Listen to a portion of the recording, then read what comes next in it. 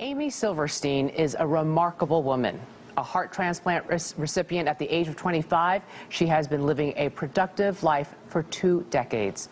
Her memoir, Sick Girl, is a candid story of her long medical journey. Amy, good morning. Good morning, Julie. When you first had your heart transplant, doctors said you have 10 years to live.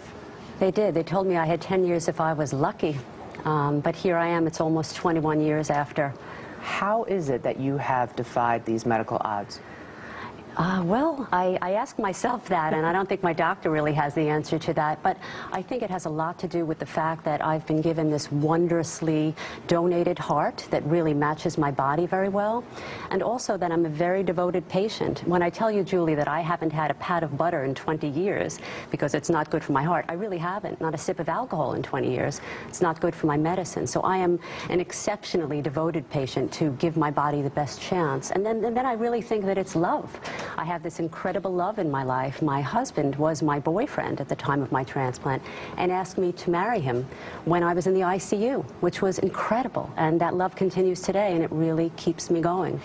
You look beautiful, you look so healthy, Thank you. But your book is a very honest book because it's not as easy as you make it look to the people at home watching right now. It's a struggle, isn't it? It's a struggle, some days a very big struggle, and I was determined to write an honest book. You know, even though society really frowns on honesty when it comes to talking about living with chronic illness, people want to hear the gratitude, they want to hear the happiness, and I am grateful and very happy. But the part that is missing from the dialogue and the part that I introduce in my book is the idea that there can be a person, me, who voices and who feels gratitude right alongside the loss and the troubles that come along with living with chronic illness. And you know, Julie, feeling the whole thing and voicing the whole thing doesn't mean you're ungrateful or a bad person.